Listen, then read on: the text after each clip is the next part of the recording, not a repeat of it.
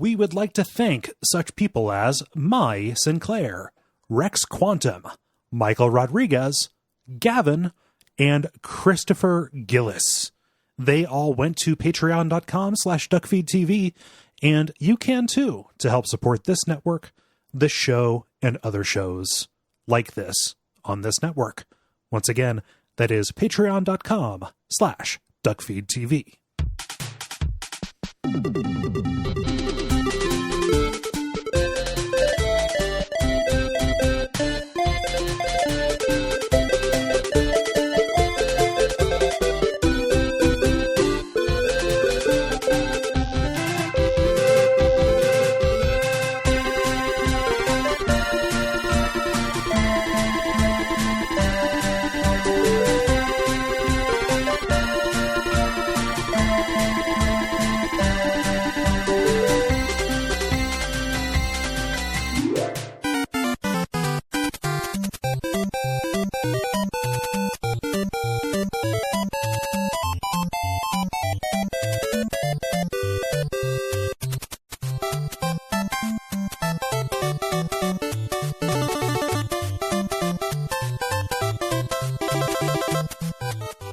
My name is Gary Butterfield. My name is Cole Ross.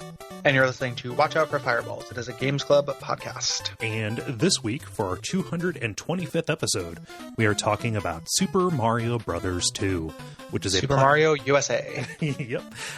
It is a platformer developed and published by Nintendo for the NES in 1988. Yeah.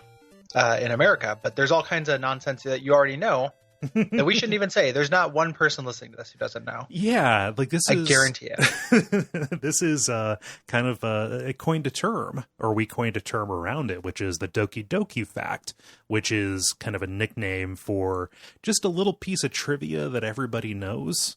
Mm-hmm. You know, if somebody was talking about Super Mario Brothers 2 and you said, wait a minute, stop the presses. Did you know this wasn't originally a Mario game? But it actually kind of was. They would say, yeah, what are you talking about? Yeah. Get away from me. Please leave. They would say, go home. You want to be as far away from me as possible. Yeah. And then you'd point to your arm and then you'd kiss it. And then you'd say, when this motherfucker goes off, you need to be in another building. Yep. Because if you tell me that shit, you're done. Yeah. You better you better be at least 2 zip codes away, because I'm coming for you. My timeline will continue, and your time, that will be the story of you. Yes. Will be you mouthed off to me about fucking Doki Doki Panic in this bar, and me and all these motherfuckers in this bar are going to converge on you, and the camera's going to go to an overhead shot, and then when we separate, there's just going to be a skeleton on the floor. Just holding up one finger and going, actually. Yeah. And then we're going to step on the skull. Yeah. Like the Terminator. My fists are like a swarm of piranhas. Yes. Yeah. You do not want to fuck with them. No. It's so like everyone knows that it becomes a thing where it's like, it's funny too, because the fact that everyone knows it makes it less trivia just because it's common knowledge, but also it's not really trivial. No, it's not. You know, it's like, it is pretty important to the origin. It is the origins of the game. Yes. You know, it's like how the game came about. So we'll talk about some of that a little bit later, as well as lost level shit. But let's talk about what this actually is in the version that we got in America and Japan eventually got as Super Mario 2 USA. Yes. Because usually that conversation about the origins of this game kind of supersedes the fact that it does some really weird, interesting, and good stuff. This is an amazing game, Gary. Yeah, this is my favorite NES Mario. In a walk. Like, it's more than Mario 3, actually. Like, I think it's more interesting. It's weirder. I think it has a much better, like, much more personality to it. Like, it's maybe not quite as tight.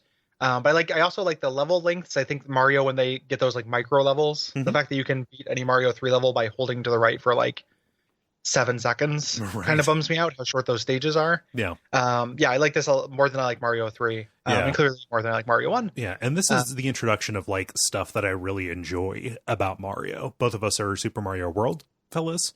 You can see a line from here to there. Yeah. And obviously Yoshi's Island. Oh, yeah. You know, Shy Guys, the enemy palette and stuff like that. Like, just the enemy designs in this are just really fun and good. It's a great game. And so in this game, you have multiple characters for the first time in a Mario game. Mario, Luigi, Toad, and Princess Toadstool. You go on a mission 3, Dreamland, called Subcon, in order to rescue some fairies that are captured by Wart, who is an evil frog king. Is this a neighborhood of the Dreamlands, Gary? It feels that you go down steps. Yep. To get there, like it's very Dreamlands, actually. I was thinking about that, and then like Bokrug, could be Wart. So it's got a lot of like Lovecraft mythology to it. The Shy Guys, like once you lift up that mask, it's just a swirling mass of, fingers made of darkened skin and stuff. Like it is the most Lovecraftian Mario game by a lot. Of course, mask, no mask, no mask. Yeah, exactly. Exactly. The King in Red, Little Kings in Red. And then obviously the Phantos. This is definitely the most Lovecraftian Mario game. And we're not just kind of pulling that from nowhere just because we're us. It's there. Yeah. Mm-hmm. So that character selection is a pretty big difference right away. And that introduces a couple of things. So it's the first time you were able to do this outside of the Lost Levels, which we'll talk about. You can play as Luigi there. And you can play as Luigi in the original Super Mario Brothers. But this is where we start seeing kind of their ability palettes start to mix up. So each character has these different attributes, from jump style to their speed, like running speed, to their kind of lifting animation. And it kind of makes a difference which one you pick. Yeah. It makes a big difference. Yeah. So it's never the case where like only Luigi can beat this level or only Toadstool can. But it does kind of make certain things easier for you. And there are things that only one of them can get to. Yes. There are like shortcuts in different parts of the level. So going through, Mario is the well-rounded Mario character. He jumps the furthest. The other kind of not hidden stat, but other thing to consider is how much they slow down when they're holding something, mm-hmm. And how much their jump is impacted. So his is impacted a goodly amount. But he's kind of like your standard guy, and he feels a lot like Mario. Yes. Not so much like Mario 2 Mario, but like he's a little bit tighter than that, but he feels like Mario. Mm-hmm. Luigi is the character who I don't play as in any video games. And I think that he controls bad. He has this weird, slow, fluttery jump, mm-hmm. and he has less friction on the ground. But his jump is very vertical, and it's hugely impacted by holding things. Yes. Holding something makes him jump like Mario's base jump or less. Right. Like it's very garbagey. Yeah. Toadstool is a little bit OP because mm-hmm. she can float briefly. I don't know how her carry stats are affected though. She's like second worst. Okay. Like she's not great. Yeah. And she's generally not super good at the rest of the things as well. She doesn't lift things quickly. And floating is in other games that have this, what this does is make precision platforming a lot easier. Yes. It's like an assist mode for landing on things. Mm-hmm. I don't know, what it does is it, instead of before you make the jump, having to calculate all of your vectors and what input you're going to put in, you get to make your jump and then reduce all of that to one input, which is removing your finger from the jump. Yes. Upon you seeing something. So it changes precision platforming into this kind of reflex game as opposed to this little, micro physics calculation you're doing, mm-hmm. When you jump. So it makes a really, really big difference in simplifying landing on things. Yeah. And finally, Toad himself, he can't jump very high. However, he does have the quickest lift. And also, I think that his jump is the least impacted by carrying stuff. It's not impacted at all. Yeah, yeah. And he can move super quick. They all actually have the same run speed when they're not holding anything. Mm-hmm. But his run is barely impacted when he's holding something. Yeah, yeah. So even though he makes platforming more difficult, he does end up being like a choice for speedrunners. Yeah, because you do run a little bit faster when you're holding something. Right. In the game. So as far as like new stuff that's introduced, let's get through it. Let's do it. One of the things is a super jump, where if you crouch, you'll start glowing. It's almost like a shine spark mm-hmm. kind of thing, because you can carry that with you a little bit, and then you will jump super high. With that, and if you do that on Luigi, you can traverse a section. You can either change platforms, get up to hidden areas that you're not really supposed to get to, or sequence mm-hmm. break, yep. Or get pretty far, yeah, past some things. Yes, or you can break your neck by jumping into a ceiling, and then you enter the rehab minigame. The true subcon, the subcon of reality, the subcon from Girl Interrupted. I don't know why I pulled that movie out. I have no don't idea. actually know what that's about, and I don't mean to make light of whatever that movie is about. The subcon from $1 Million Baby That feels safer. Yeah, there we go. Yeah, that feels very safe to me. I don't know why. Oh yeah, it's she knows how to fight. It's fine. Yeah. Yeah.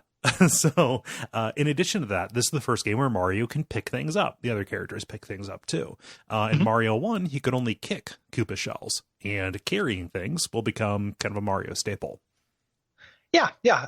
More so here than later. But yeah, specifically Koopa shells, but it's kind of different mechanics. Like what this does is it replaces jumping on enemies to hurt them. Yes. Now enemies, you can land on them and ride on them and then pick them up. So it's kind of instead of Mario's actual stomp. Yes. Lifting up Koopa shells, the way that you do that in Mario 3 and onwards, never felt like an extension of this to me. Yeah. This is an overhead lift. It is slower and more about the throw and less about swimming better or just tossing a shell like normal. Yeah, this has the entire game is developed around this mechanic. The fact that you can ride on top of enemies and then also pick them up. Yep. As well as pick up other things. Yes. Yeah. And those other things tend to be vegetables in the ground that you can pick up and use as projectile. They're also blocks. Yeah. And such. Another really big difference is in Mario 1, you only scroll to the right. Here, the levels are much more free roaming. You can run in both directions. You can go up and down. There are multiple levels that loop around. When you go to the right, you'll come out the left. And some levels have multiple paths through them. Yes. So you can literally just nonlinear. You can take different ways to get through the level. Yep. Or just get a shortcut. Like very early on, there's a shortcut that just takes you the back way to the boss. Yep. Yeah. Also, a significant amount more verticality. Yeah. By which we mean any, really. Right. Because Mario 1 did not have that. And even Mario 3 doesn't have very much of it. Right. This level is, we'll talk about the origins of this. The prototype this was made was for a game that was predominantly vertical. Yes. Going back to that old Kid Icarus well and seeing if that had any juice left in it. Yes. So they modified the health system for this. They actually replace it with hearts. When you're on your last heart, you'll get tiny, kind of carrying over that difference between Mario and Super Mario. The idea that there is a super toadstool is pretty good, I think. But you can raise your health cap by kind of doing these little hunts with special doors to subspace to find mushrooms. It's worth noting they're only hearts in the remade versions. They're little diamonds otherwise. Oh yeah. That you have. So we'll talk about the different remakes of this, but before anybody picks up a pitchfork, there are diamonds in the original release and then turn into hearts later. Yes. But the pickups that you get, like the little floaty things, are always hearts. Yeah. Yep. So you can have multiple health. You can increase your max health up to 4 as opposed to 2. It's not Doki Doki fact. It's like Doki Doki criticism when someone points out that mushrooms are a health system in Mario 1. It's not really a power up. Like your verbs don't change very much. You have a little bit more vertical reach, but really it's health. Yes. And it goes beyond that. So you can grow big, and then you can also you don't get extra big. I wish you just kept getting bigger, but instead you can just have some extra padding. Hit points. And the way they handle that, which we'll talk about in the levels, are actually it's really interesting. So one, the way you get it is interesting. You find mushrooms in this subspace, which is a subspace of subcon, by dumping these potions on the floor that make these doors to this dark area. This mirror version, there may be a mushroom there. This is both a cool thing and an uncool thing to me. Yeah, you have to know where the mushrooms are going to show up. And sometimes there are hints, and sometimes they're just straight up aren't. Yeah. And that increases the sense of mystery, which is cool. It decreases that sense of fairness. Yeah. It didn't. Yeah. It's weird. You have to ride this balance between mystery and discoverability. Yes. Yeah. So it just kind of becomes this thing. Once you know it, you know it. And sometimes you can get multiple tries. Like you can see where it is and then go back and do it again. Sometimes you can't. Yeah. The other kind of half of this that's very interesting is it means that you rebuild this every single time you start a level. So it becomes this kind of patina of a goal as you go through the level to find these and make this work, to make the unboss easier. And it can really vary. Like plenty of times when you get to the end of the boss, like maybe you only found one or maybe none of these. It really depends on your experience going through the level. Yeah. This doesn't just impact your max health, because when you go to the other side, any of the pickups that you could get, the plants that you could pull, actually turn into coins. And these are used in these between stages slot machines to give you your one-ups. There are one-up pickups that you can get, but they're exceedingly rare. Rare in the early version, and then the compilation All Stars on the GBA version, which we'll talk about later, they make them very common. Mm-hmm. And you end up you get to level 3 with 40 or 50 lives. Yes. I know that from research and watching some Let's Play of it. I have not played that version. It seems like a nightmare. Yeah. I don't want to listen to them. I think that Toad should have his mouth stitched shut with the thickest possible thread. Yeah. Just to teach him. Yeah. And he needs to not talk. Yeah. Give him that flesh mouth like Neo gets in the Matrix. Yes. Yeah. Yep. I want him to have that. And then with the threaten of a flesh nose to come.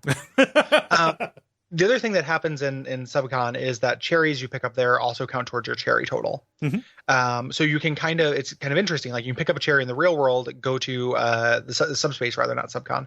Go to subspace, pick up a cherry, it still counts towards your total. Mm-hmm. Once you collect 5 cherries in a row, you get a Starman and you get invincibility. Yes.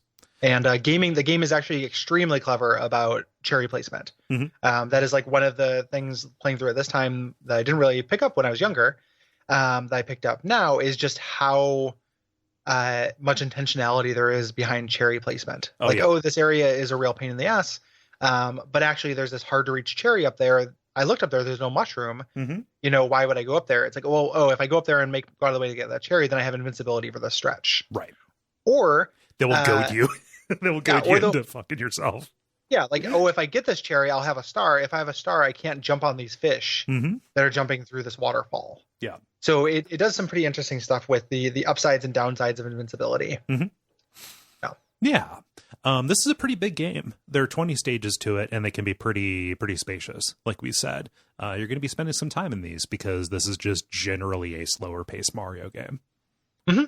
Yeah. Yeah. It seems like there are more than that because there are 8 worlds, but each world doesn't have 4 levels. 7 worlds. Yeah. Or 7 worlds, rather. There's 3 in each of the worlds and 2 in the last one. Right. So, yeah. Do you know why that is? Do you know why the last one has 2 stages? I don't. So in the Doki Doki version of this, the world is inside of a book. And in part of the backstory, one of the kids who was fighting over the book accidentally pulled out one of the pages at the very end. Yeah. I did not know that. just little stuff. So we should talk about the biographical stuff because the provenance of this game, so picture Galaxy Brain, right? That meme where at the first level, Super Mario Brothers 2 is a Mario game. Second level, Super Mario Brothers 2 was originally Doki Doki Panic. Third level, where it's all flashing lights and stuff, is Doki Doki Panic was originally a Mario game. Yeah. For the story, it went through multiple different things. Mm-hmm. It counts as a Mario, even if only the worst kind of prescriptivist would call this not a Mario game. Right. The fact, even if you want to be that kind of person, mm-hmm. Then at the very least, the fact that all this stuff has made it into the series means retroactively it's definitely a Mario game. Yes. Even if you want to be, not count how it was originally and just be their prototyping of it doesn't really count, et cetera, et cetera. Yeah. So let's push off talking about the Japanese Mario Brothers 2 until later because I want to spend a little bit more time with that. Yes. Let's talk about Nintendo had been prototyping a game for Mario. Mm-hmm. Or for Nintendo. They don't come characters first. Like Nintendo's thing is they do core gameplay. Right. And they've been working on this game that was predominantly vertically scrolling mm-hmm. and involved lifting objects. Yes. It was not very fun. Miyamoto came in and said hey, what if we made this a little bit more traditional? Maybe that'd work if it was side scrolling. Yeah. The other big thing about it was supposed to be multiplayer where you could pick and play as different characters cooperatively, but all of that stuff added together, A, it wasn't very fun, and B, the Famicom couldn't really handle it. Yeah, it chugged. Yeah. It was before Rescue Rangers, a game about multiplayer lifting. Yes. And there was a trade show kind of happening, an expo kind of thing called Dream Factory. And they were having that going on, and they approached Nintendo and were like, hey, make a game for this. Mm-hmm. And they did. Yeah. They said, hey, this prototype we have, we can work on that, turn it into this game. And they're like, here, it has to be the mascots for these electronics companies, mm-hmm. which are a family of vaguely Arabian Nights themed people. Yes. And Nintendo's like, that's cool.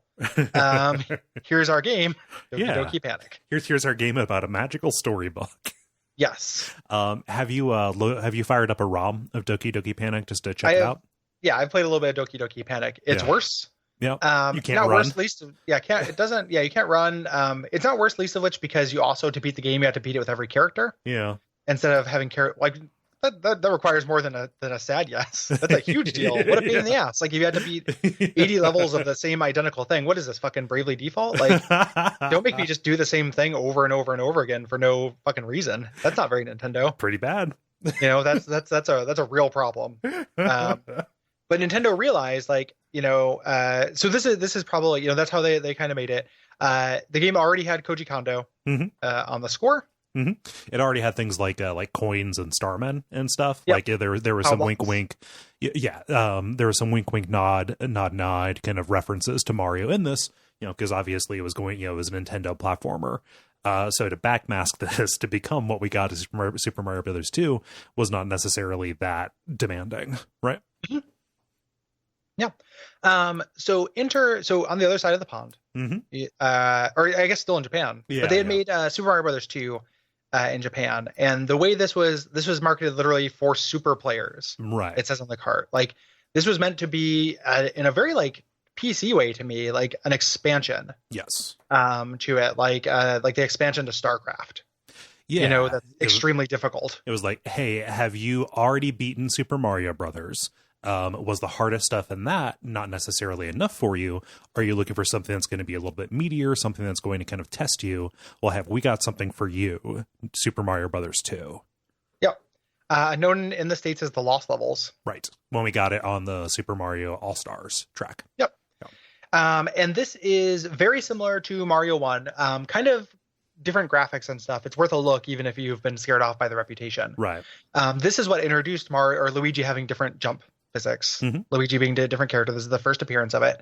It's also full of weird secrets. Yeah. In it. So it is full of it's like a game between you and the developers for them to trick and kind of trap you in a way that feels a little bit, kaiju or not kaiju. What am I thinking of?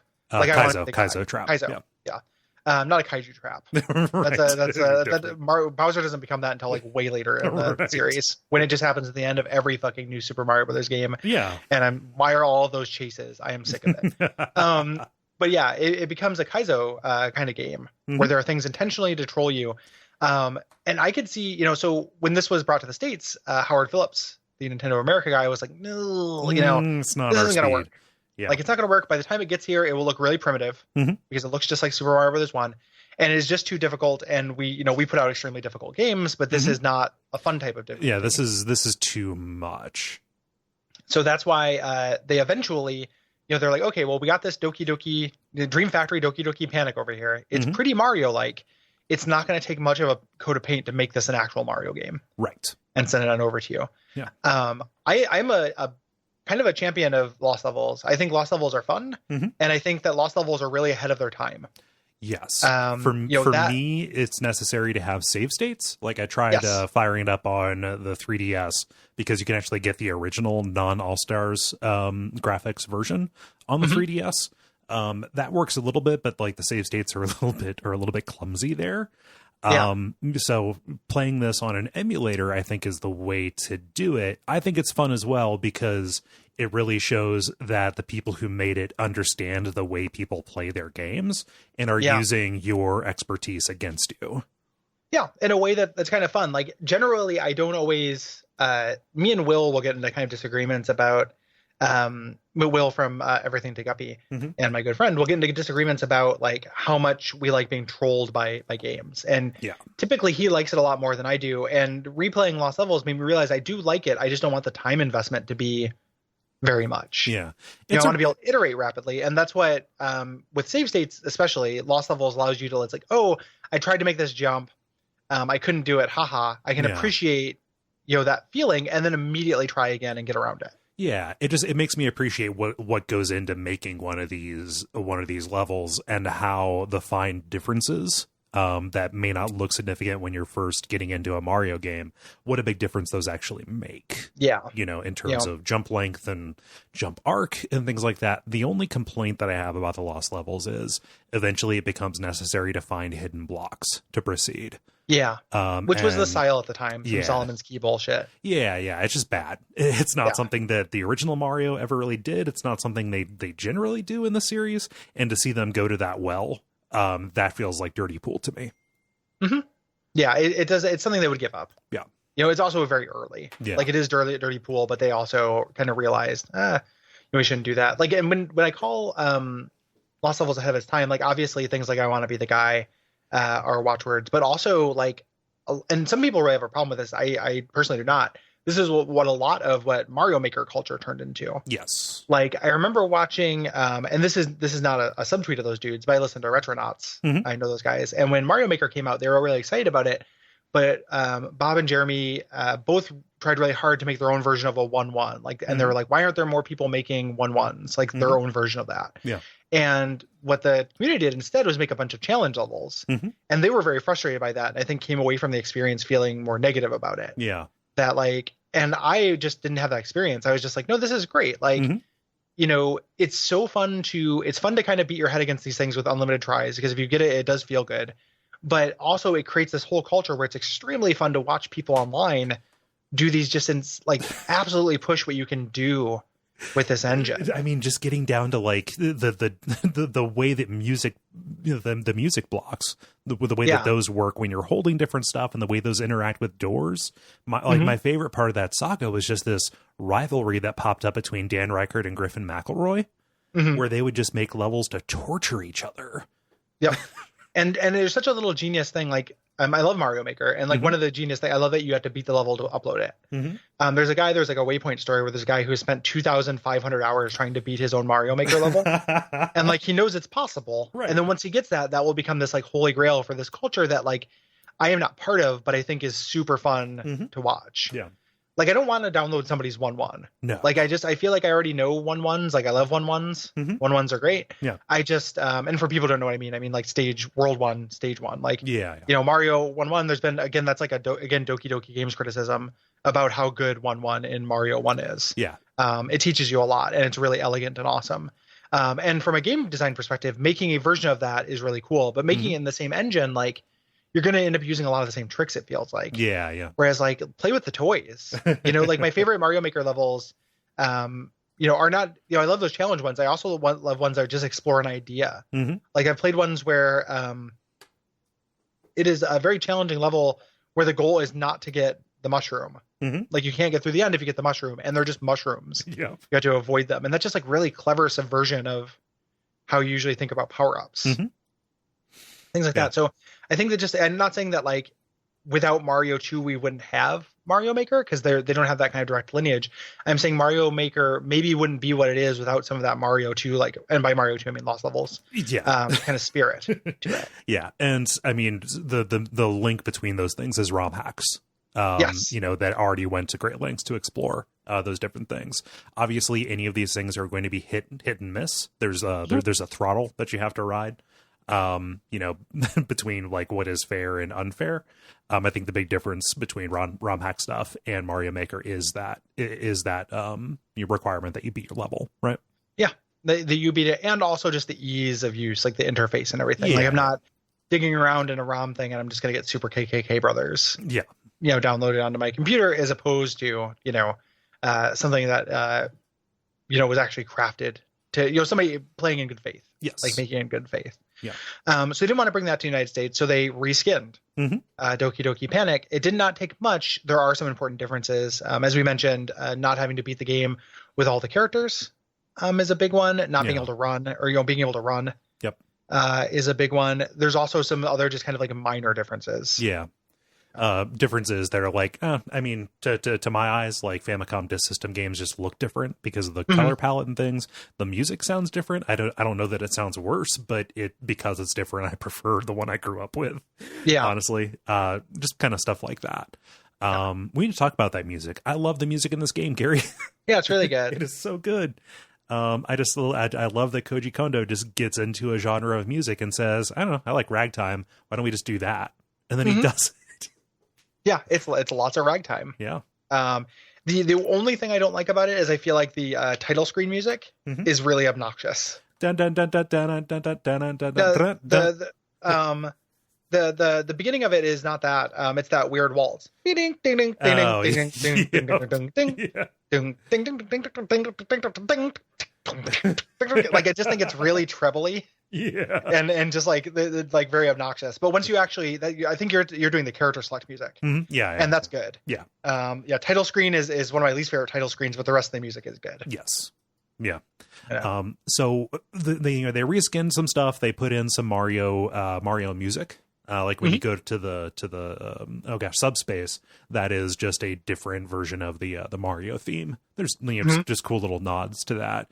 Kind of a result though is the fact that a lot of the iconography that we associate with Mario, well, the result not of the soundtrack, a result of this, a result of the backmasking, yeah, this being shunted into the Mario verse. Yeah, the result of that particular move is that a lot of the stuff that we associate with Mario actually began in something that was not necessarily a Mario creation, right? So Shy Guys, Bob-ombs, this is where they make their first appearance, and those are big deals. Yeah, especially Bob-ombs. Bob-ombs are huge, and Bob-ombs went right over into Mario 3. Yes. So it was a fast follow. except in Mario 3, they're more mechanical. Here, they're just spherical men with burly arms. Yeah, and they blow up immediately. Right. So yeah, they're Bowery Toughs. Yeah. I love the visual design of this game. I have a Phantom mask up on my wall. And I also, Shy Guys are just my favorite Mario thing in general. If you're not Bloodless Cuck, you'll put your key holder under that. Oh, I have. Obviously, I do. Okay, good. Come on. There's a picture of that when I first got my Phantom mask. I put a key hook right under it. Yeah. Yeah. Okay. Good. Yeah. Please. Good. Just making sure. Yeah. So all that stuff, and those are some of our favorite Mario elements. Yes. Like when I say our, I mean specifically you and me. Love those things. Yeah. Like those are just when we did Yoshi's Island, like the Shy Guys on stilts and stuff like that. Like Shy Guys are just such a brilliant design. And Birdo is great. Yep. This is where Birdo came through and is kind of like a second tier mascot for the game. Like some of the enemies from this don't show up. Like those little birds with masks, or the little ninja guys. Those guys don't really. Ninjas are around. Ninjas are around, but they're not. They're primarily a thing in the RPGs. Like a lot of these would become things in the RPGs. Yeah, because you just need to fill out your roster of things to grind. Pokies, Pokies would be. Pokies. Yeah, Pokies are a big deal, and they appear here. So a lot of the stuff you love from Mario first appeared here. 1996 saw this event called BS Super Mario USA Power Challenge, which was a Satellaview thing.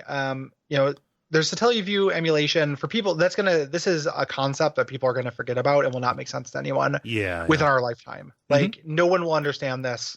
No one born from this point onward will ever understand Satellaview, I feel like. Right. It was a way to use telephone modems to like beam games into your house. Like you downloaded them through a modem, and then they would broadcast them. Yeah. To use so you could play them. And the whole thing with this was it had narration. Yeah. It was presented in chapters, like kind of like a radio drama. And then you would play, but it was a slightly different version of it as kind of like an expansion. Yeah. So like you started out just playing as Mario and you unlocked the other characters by completing story elements. Yeah. Not something that I'm ever going to probably pursue, but it's neat that you can actually make it happen. Yeah. Like you can emulate all this Satellaview stuff. It doesn't have the exact same effect, obviously, but it's not downloading in advance to play appointment gaming. Yes. But see also Sega Channel. Yeah, that's what I was going to say. The closest thing we got here was Sega Channel, but even that, I don't think had like just kind of like broadcast drama elements like this one does. Yeah. Well, and I mean, who look to your left, look to your right. Not very many of those people know what Sega Channel is either. Right.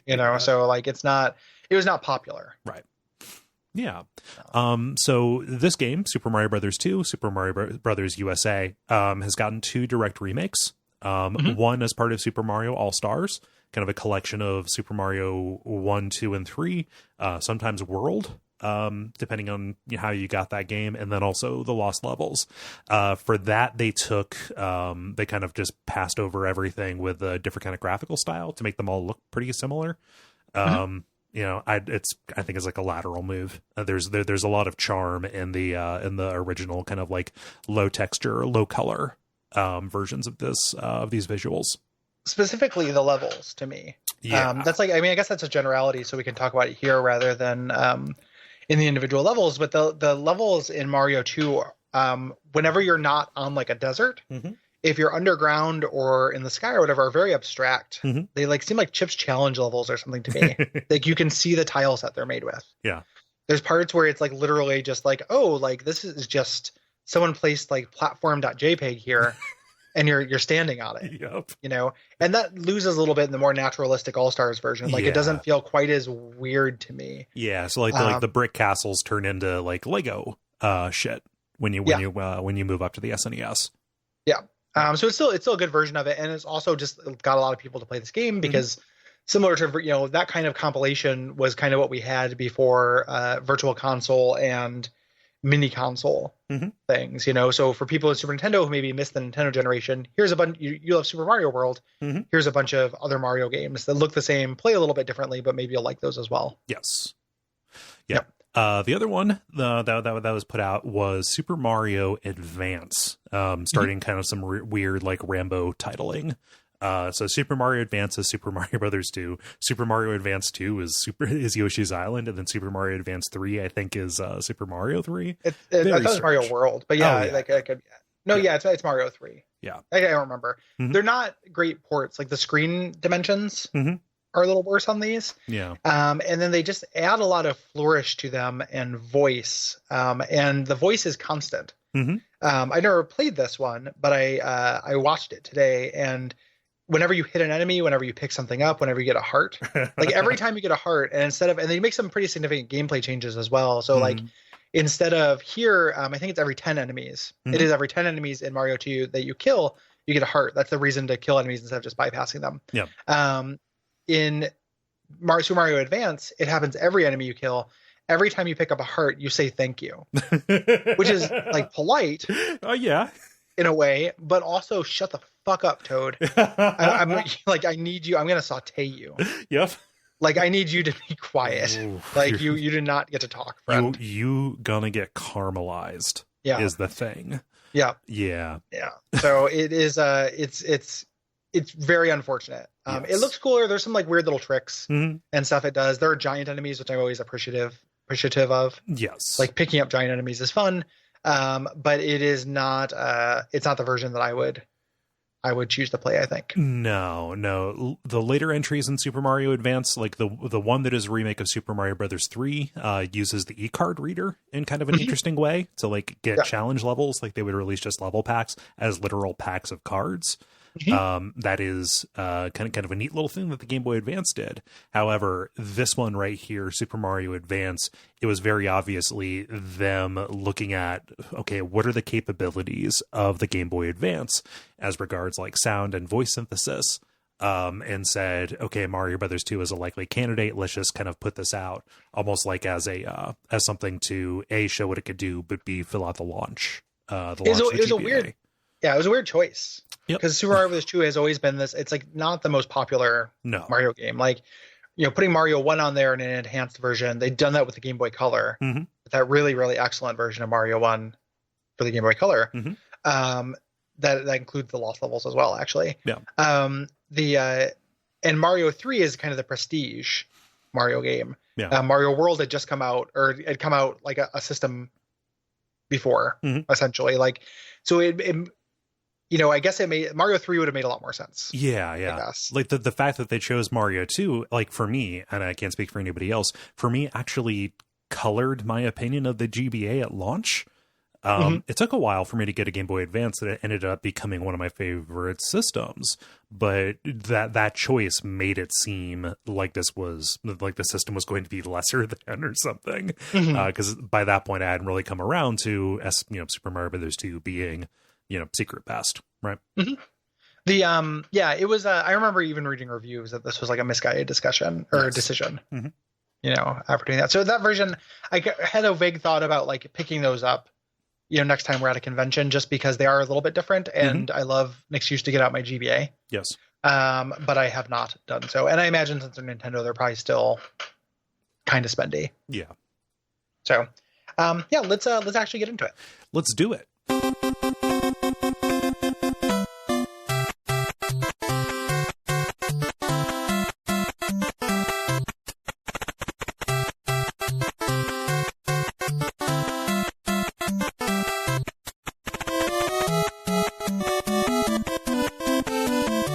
So the game begins with this text crawl that explains that story, as I mentioned. Mario had a dream where he opened a door in a cave and heard voices screaming for help.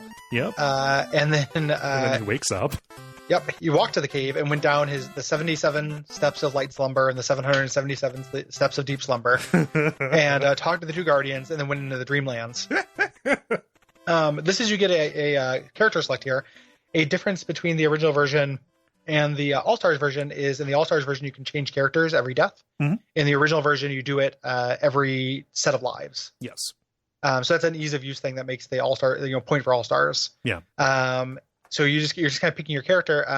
Picking Mario makes a lot of sense here because you don't know what else to do, and he's really well suited to this first set of levels. Yes. I love this 1-1. We're going to dine on 1-1 here a little bit more than we will for some of the other levels, just because this is incredibly well designed to illustrate what this game is about. Right from the start, because when you enter this world, you come out a door that's up in the middle of nowhere. It's up in the sky. So you start by falling and actually scrolling vertically, which again is something that didn't happen in Super Mario Brothers 1. Well, it's the same. It's an interesting way to show that you have to do that. So like if you look at this, makes an interesting triad with Super Mario Brothers 1 and Metroid 1. So like Super Mario Brothers 1, you try to go left, you can't. It just stops you. So you have to go right. And there's stuff that way. There's nothing behind you. Metroid, you go to the right, you run to a barrier, and then you're like, well, what else direction am I going to go? Left. You go left, and then you get an item that allows you to go right, and teaches like, oh, okay, like items are going to dictate which directions I can move and what barriers I can get through.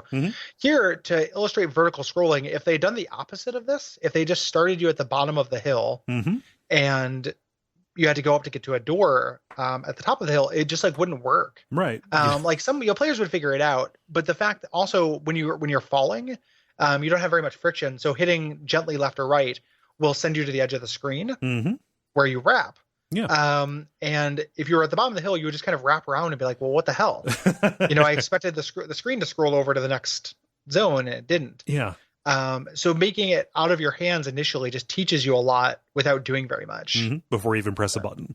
Yep. Yeah. So it also introduced the Shy Guys. So you're falling down kind of this like series of cascading plateaus almost. You get a Shy Guy. And there's a little plant here. If you are playing like a Mario character, you will try and jump on it, and you will see, oh, I'm riding him around. And then that can teach you to pick him up and like maybe throw him at the Shy Guy below you. And then you might think, okay, I can pick him up. What's this little waving leaf down here? Well, okay, I can pick that up, and now I've got a radish to throw.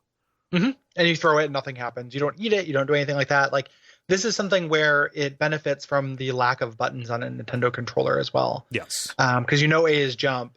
You just don't have very many things to try. Like when you're riding on that Shy Guy, it's not intuitive that you can pick him up. But you hit start. That freezes time. It's your time freeze, but unfortunately it works on you as well as the enemies. So it's a useless superpower. You hit select, nothing happens. So you just know, like, what's this B button do? And that allows you to figure out this core mechanic here. Really, really neat. And you can throw things into things, which you have to kind of intuit as well. Yeah. It doesn't teach you that, but once you get into screen 2, and you know how to throw plants, you pick up a plant. The way that the Shy Guys are spaced in this first one, it will make a plant bounce on 2 Shy Guys, which is never a strategy in this game, but it's always satisfying when it happens. Yes. And it is crafted to happen the first time you go down here and throw one of these vegetables. Yeah, it is a satisfying little accident. Do that. And you're introduced to the first guy, these tweeters, who are more unpredictable. They do 2 short hops and then a bigger hop as they move around, so they're harder to get on top of. They're a little bit quicker. And it's just like, okay, some enemies are going to actually also jump as well. Everything we've seen so far has been glued to the ground, but this guy jumps. Yes. A little bit trickier. Yeah. You also get vines here, which you can climb up and down. And it gets you to your first set of crops, your first row of these leaves. And the first one that you can pick up, if you're going down the line, is your door potion. And what's interesting, so if you try and throw this, you'll see that you just kind of place it down in front of you. If you do that immediately, this deploys you into an area that is just asymmetrical enough to communicate that these door areas are mirrored. And you're going to be next to a bunch of other crops, so you can see, okay, I pick up these shadow ones, and I get these, I get the coins, and then also there's a mushroom here. Yep, and the mushroom is good. You maybe don't know to pick it up, like you try to run into it, but if you jump on it, if you run into it, nothing happens, you jump on it, then again, you don't have very many verbs. So you pick it up and you gain a life. So you're like, okay, that's how that works. And you get those crops. Coins aren't immediately, obvious what they do, but we just know coins are good. Yes. Because the semiotics of the sound and stuff that happens. Yes. A little bit further down, out of the subspace, you find a bunch of corralled enemies between these posts, and there's a POW block in the middle. You recognize the POW block from Mario Brothers, and you pick that up and you throw it. Quite obvious. Most likely you don't. Yeah. Like, there's not many people played that, but you just know my verbs are pick up and throw. So you're going to try and see what this does. It works different. If you recognize this from Mario Brothers, you're actually worse off. Yeah. Because it operates in a different way. Yes. Those ones worked by hitting them from below, and they operate 3 times. These are just an item you can throw. Yes. But this will clear an enemy. That will clear a screen of enemies. And there's a good chance at the time when you do this is if you fought enemies before you went into subspace, that you've now hit 10 enemies and you get a heart. So teaching you killing enemies is not just getting them out of my way. I also will sometimes get power-ups. For a long time when I was younger, I thought that was random. I knew it happened after I killed enemies, but I thought it was a property of the enemy, not how many enemies I'd killed. Right. But you just know that hearts can result from enemies. Which is a pretty grisly fact. Oh yeah, you rip out their turtle treasures and devour them while they're still beating. Yes. And floating up. So I assume you're stopping their soul from reaching heaven. It looks like the hearts that float up in Popeye. I mean, if you know that weird arcade Nintendo game. Beyond this, we get a waterfall. This is an easy section where you have these logs that are kind of cascading down. A little bit out of phase with each other. Much later, they're going to do a lot of difficult things with this. And there is this kind of split path here. There's a door that you can go into an indoor area. Yeah. Before you go in there, you can see up on a platform above that there's just a place where you can go, and there's a dead end beyond this. Plants and enemies up there. There is this bombing thing. So you have to use your super jump to get you through here. I think that the game doesn't communicate your super jump well. No. It doesn't do anything to teach you how to do that other than just hey, read the manual. Yes. The way to do that would have been to maybe have something go over your head that caused you to duck for an extended period of time. Oh yeah. Or something like that. But as is, you just kind of have to know. Yeah. And you can also you can make that jump with a run if you're playing as Mario, or if you're playing as Luigi, you can get up there. Yeah, but not as Toad. Right. And this introduces this bomb timing. Every time you pull something out, it's been a potion or a plant. You pull this out and it's a bomb. And say, well, shit, bombs. And it starts flashing. And this is this kind of not tricky, but pretty tricky for a 1-1 timing puzzle to drop the bomb, cook the grenade. Yes. Long enough for it to blow up and smash these blocks. Yeah, it has to blow up in midair to create a passageway forward. Yep. This is the optional kind of secret way to get to skip a large portion of the level. If you just head off to the right, you'll get to a section where you are climbing up vines, and these have little buddies named hoopsters on them, little ladybugs. Yep. That will, you have to jump between the vines to avoid them. If you take the left, though, it gets you past that. Yep. So again, it allows you little skips if you do something tricky.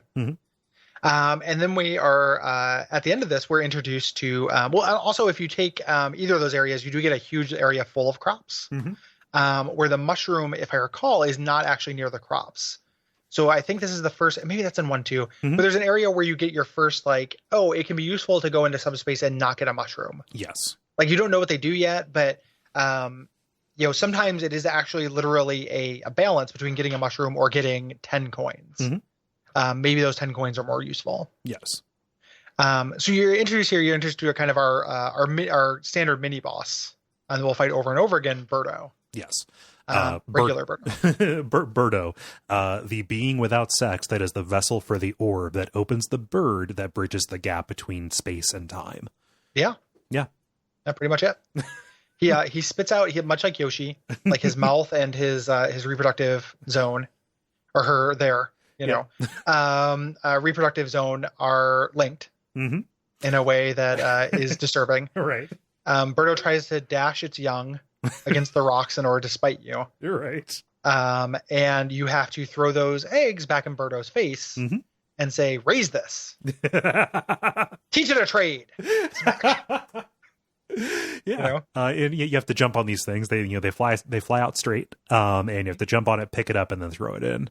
And there's a rhythm to Birdo fights, which are shooting eggs in sets of 3. So depending on how floaty and slow your jump is, getting onto the egg and lifting it quickly is necessary. Yes. So like as Peach, where it's very easy to land on the egg, you pick up so slowly that you can be hit by the next egg while you're mid animation. Whereas with Mario or Toad, you'll pick up the egg very quickly and be on the ground before the next egg comes. Yes. So you have to learn that rhythm of Birdo shooting eggs and jump on that third one. So you have a little bit of a breather.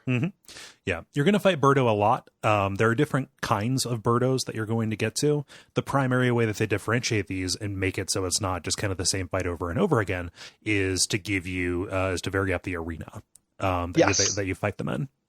Yeah. And what the Birdo does as well. Yeah. Like the Birdos that shoot fireballs are significantly different. The Birdo also talks to you in the GBA version, which is a bummer. Yep. Please don't talk. Says things like, this is as far as you go, or I'll get you next time, or whatever. And it's like, you don't just because you can talk doesn't mean you have to. Right. It is better to be silent and thoughtful than to open your mouth and confirm it. Birdo. Yes. Yep. So that's the most detail we're going to go to on any of these levels. But it is a very successful 1-1 in terms of demonstrating the basics of what you're going to do. And not all the levels are that good. Right. As far as, there are some things that are just kind of some straight up, this level is just albatrosses and palms. Like, fuck me, I guess. Like, there are levels that are like that do kind of more standard stuff, but it does a really good job of teaching you.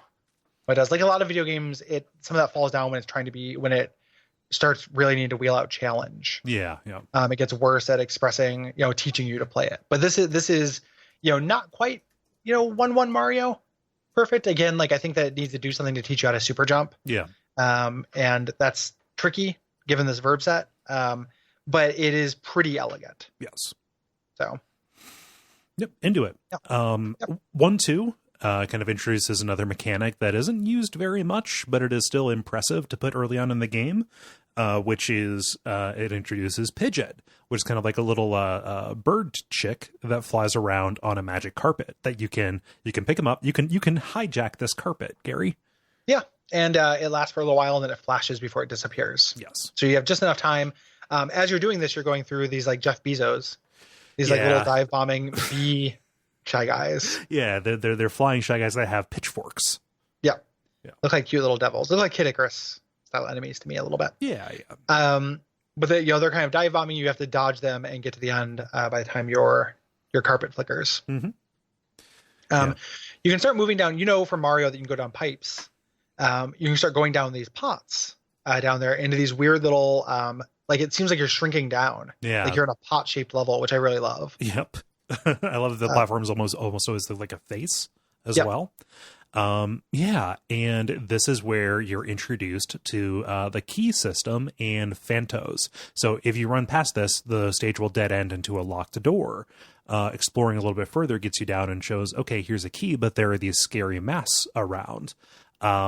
It almost doesn't bear speaking out loud because, it's just something. Well, once you say it, then that's how Phanto finds out about you in the real world. Yes. And then that's how he can locate you. I mean, so my experience is by no means unique, but Phanto terrified me when I was a kid.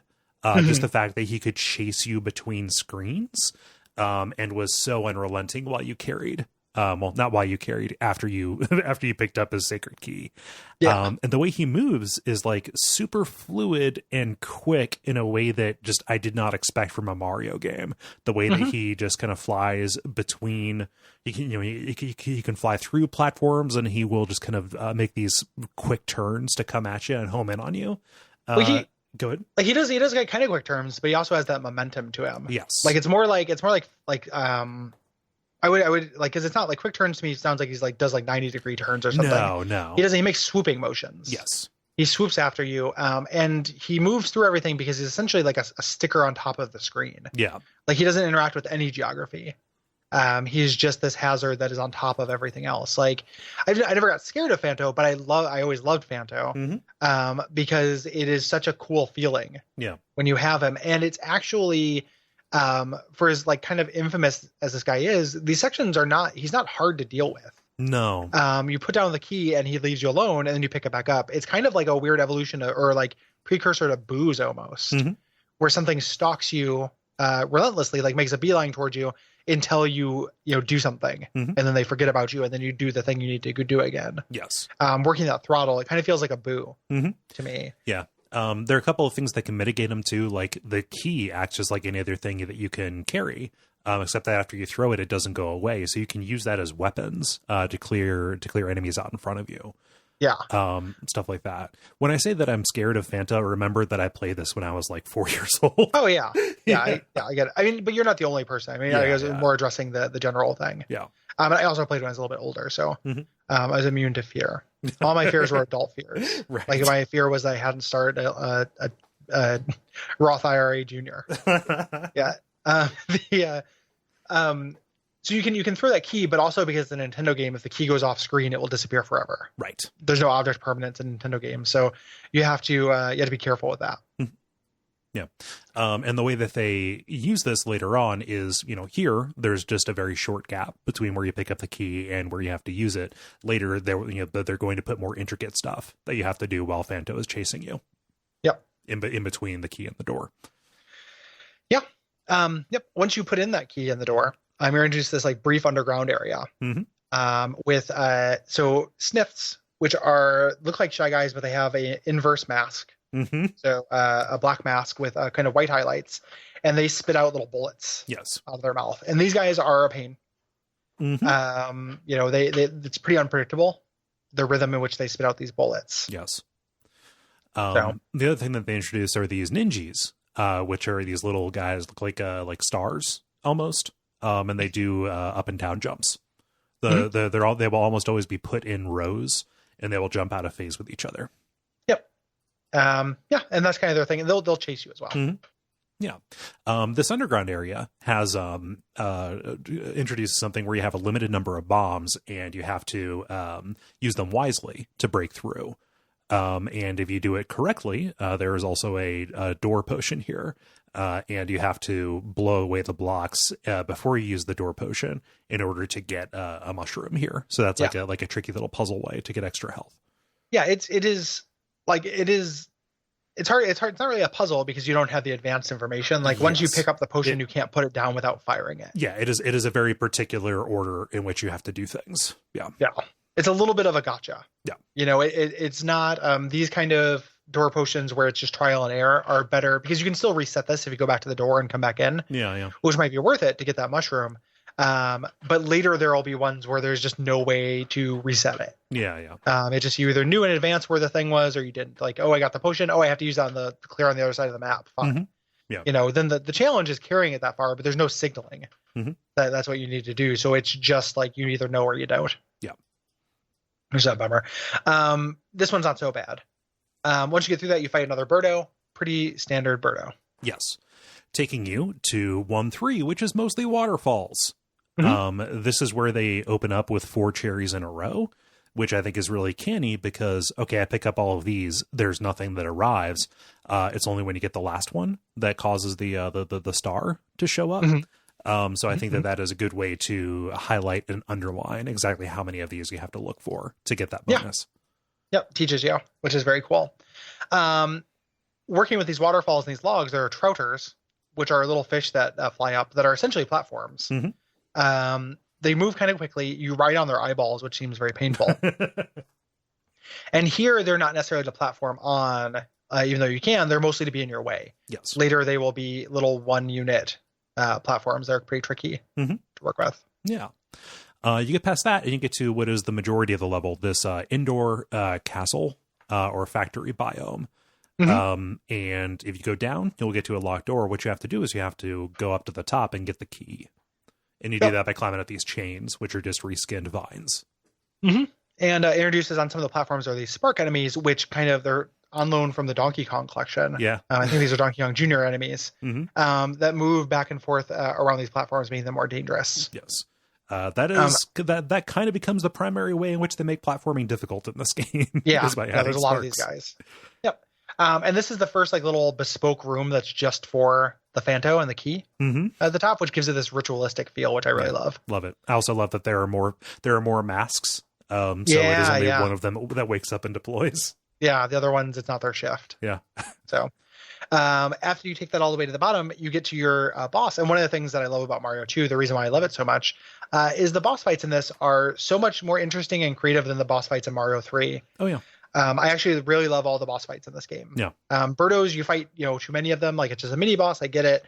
But the actual boss fights, this one and Triclide, I think are awesome. These are great boss fights. Yeah. So let's talk Mauser. Let's talk Mauser. So Mauser, he is a really cool rat. And I know he's real cool because he wears shades. And what he does is he's up on his own little platform and he throws bombs at you. Just tosses bombs down, and you need to give those bombs back to him, of course. I'm sorry, sir. You dropped this. Yes, it is back at you, return to sender. And the way that you, what this kind of teaches you, which is not actually a useful skill and gets subverted with the crab boss, which is my least favorite of the bosses, and this is Claw Grip, is that you don't have to necessarily get on top of something to pick something up. You can jump under it and grab it. And that motion is just very satisfying. Yep. In this. Again, you can't do it later, which is a bummer. Yeah. But here you can do it, and then you have to put them up on the platform with Mauser and have them time right to blow him up. Yeah. And the trick to that is you're not necessarily looking to throw it. Your life will be more difficult if you try and throw it and make it land on the platform in the right time. What you want to do is wait under Mauser, wait for it to start flash. You want to just jump up really quickly and deposit it right next to where he is. Or if you put it in the back of the platform, he spends a lot more time in the back of the platform. Yes. You can usually just safely just place a bomb there, and by the time it goes off, that's probably where Mauser will be. The illustration in the manual of Mauser, he has an amazing sloppy gut. I just love, he's letting it all hang out in a really big bad way that doesn't come across in the sprite. Nope. And I'm very into it. Yep. And I love his little smile that just says, yeah. Yeah, he's he is here to party. and I am here to party with him. Yes. The two of us party. Would I party with Mauser? Yes. Do I want to do it right now? Yes. Yeah. Would I put down my headphones and leave in the middle of this podcast and let you finish it yourself? Yes. If Mauser just bombed open my door and was like, what up? And I'd be like, fuck yes, I'm so sick right now. I feel very much like I have a cold, but I'll drink anything you give me on the presumption that it will make me better or at least feel better. Let's go bomb. Yeah. Let's go bomb things. You crazy monster. I love you. Well, the thing is, when he's working, he throws these bombs, the spherical bombs. When he's partying, he throws party balls. Yeah. Pony kegs and stuff. I want to go out with Mauser and get on my big sloppy gut, get a tattoo of him, and then have him get a tattoo of me on his big sloppy gut. And then the tattoo artist, after he finishes the tattoo of you on him, he goes and amends the tattoo of him to add the tattoo of you onto the tattoo of him that's on you, and vice versa. And this is how we trap a tattoo artist through it, like a genie. And then at the end, we'll kick the tattoo artist gold bucks to make on his own gut, make a tattoo of himself. Just so he doesn't feel left out. Right. And the three of us go out partying. The three of us hit the strip clubs. And Mauser's stuffing bombs and G-strings, and I'm like, no, dude. Come on. And I give him $1. I teach him about our currency, and then I take him home, and it's like, what do I feed you? Yeah. I don't know. Do you like the same food I do? And he's like, I got some string cheese. And he's like, yeah, fuck yes. That is exactly what I want. I'm a mouse. Give me that string cheese. And I'm like, cool. Let's eat this one like Lady and the Tramp, bro. And then we take the string cheese and we both eat the sides of it. And then at the end we kiss. And then it's like me and Mauser. Bam. Married. You're at the wedding. You're officiating. Happily ever after. Me and Mauser. Yep. Bros. Forever. Till death do us part. Got a bing. So dumb. No, it'll be beautiful. Yeah, no, it's great. I mean, just say it's dumb in the way that everything in human life is dumb. Yeah, I guess sometimes true love can be dumb, but it is it will also be really great. And like he looks like a snuggler, man. Like if you're gonna snuggle with any of these guys. Yeah. No, I'm not gonna snuggle with a fry guy. No. Fry guy like tries to. Does anyone can say why these two should not be wed? And then Fry guy fucking sets fire to the church. Me and Bowser have to team up to fight him. Yeah, and Triclyde seems pretty two-faced, which is ironic.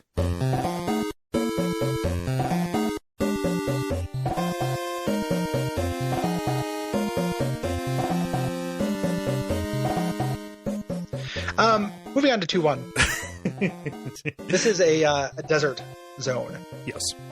A handful of biomes. There are not as many biomes as there are worlds in this. I like the desert stage quite a bit. Me too. Just because, I don't know, there are things that exist only in video games that I was fascinated with when I was young, primarily conveyor belts and quicksand. And this has the latter in spades. Yeah, there's lots of quicksand. And there's different kinds of quicksand in this game. Like this is a gentler quicksand. Yes. We've got new enemies here. We've got cobrats, which pop out of the sand. And weirdly, they kind of fill in for the piranha plants by popping out of the jars and shooting stuff at you. The jar ones do. Yes. The regular ones just kind of they're just taller, shy guys. That's what I meant. The ones that pop out of the jars. That's what I said. Yeah. Because there's just two different kinds of cobrats. And these jars, a lot of times you can go down into them. What they give you is a power up that we haven't seen yet, except for the one we critically need to go down to, and that's turtle shells. Yes. You can go down there and get a turtle shell, and they operate like turtle shells do in Mario 1. So they'll keep going and can hurt multiple enemies, whereas every time you throw a vegetable, both vegetable and combatant die. The turtle shell, just mechanically, I don't know if it's the pace at which it goes or the way it animates when it is rolling. It looks so out of place in this. Yeah, it's not great. No, it's and there's also really no reason for it. Like it's a worse POW block at best. The GBA version, I think, it's either that or the All Stars version made them bounce off of things and made it so you can actually get 1-ups from hitting enough guys with it. Yeah, similar to the old version, but in the original NES version, you couldn't do that. Yes. Yeah. The second portion of this, and where are the turtles? Like you pulled that turtle shell out of the ground. That was a grave. Oh yeah. And that sprout was a marker. Like you've stolen some valor this day. So the second portion of this involves a lot of digging. You have to get down to the bottom, and you just have to just gotta use some elbow grease. This is where Toad comes in handy if you want to get through quick. You want to plan your route because you have shy guys who are going to be walking back and forth, and they will follow you down in the gaps that you create. You don't like that. That's basically. I'm not doing this to be pedantic. I wouldn't say you plan your route. Like what it does is it means you have to keep like switching sides. Yeah, you just have to keep moving so that they won't follow you as quickly. Yeah, it gives you this pursuit mechanic similar to Phantos, but in kind of a different way, just because they roll downhill. Yeah. In the Nintendo version, there's a way to make this unwinnable by systematically making it so you can't get out. Like digging all the layers, but in the later versions, they give you a little door to go through that resets everything. Yeah. But yeah, this is a cool little thing. You'll end up with like multiple shy guys chasing you. They also place cherries at regular intervals, so you can eventually get those and then just dig straight down or go back up and kill all your pursuers, which is really great. Yeah. Yeah, I like the digging sections quite a bit. I like what they do with them later. The boss here is a Birdo. They make this tricky by having her kind of down in a little pit with some bottomless pits around her. So you have to kind of be right up close, and you don't have the benefit of watching an egg move through the air and timing your jump. You just have to be like right on top of it. Yeah, say no more. You have the benefit of an egg. So not a big trick, but a little bit trickier, and these will continue to get weirder. 2-2.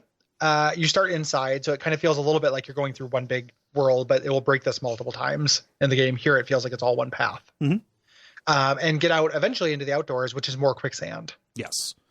More quicksand. This is where they introduce Pokies. Pokies are different here. If you primarily have experience with Super Mario World, these are the cacti dudes who are made up of, bunches of spheres. In Super Mario World, they damage you when you jump on them or when you touch them. Here, you can ride them around. Mm-hmm. And you can dismantle them layer by layer, which I super love. Yes. Yeah, and they mostly are just kind of difficult because they're tall. Like you have to kind of get like a good jump or get at the maximum of your jump to get over them if you're playing as Toad. And this is a good world for Toad because he digs really fast. Yes. So yeah. So here, there's an indoor area where it kind of expects you to power jump while holding bombs. Like this for me was the introduction to the idea that you can do this while you're carrying something. Mm-hmm. Yeah. And the door push and that you can get there is pretty lucrative. Yep. Lots of coins. We didn't really talk about what you do with coins between levels. We should mention that at the very least. You get a slot machine. Yeah. And each coin that you pick up gives you a new spin on that. It is a slot machine in only insofar as there are multiple reels. It is that kind of slot machine that only appears in video games where you can stop them, where you time the stops. And as far as I know, it is actually entirely random. Mm-hmm. Like I do not. It's possible that there's strategy to this, but I just tap as fast as I can to get through it. Yeah, because if you have 10 coins, it takes a while. Da-da-da-da-da-da. Yep.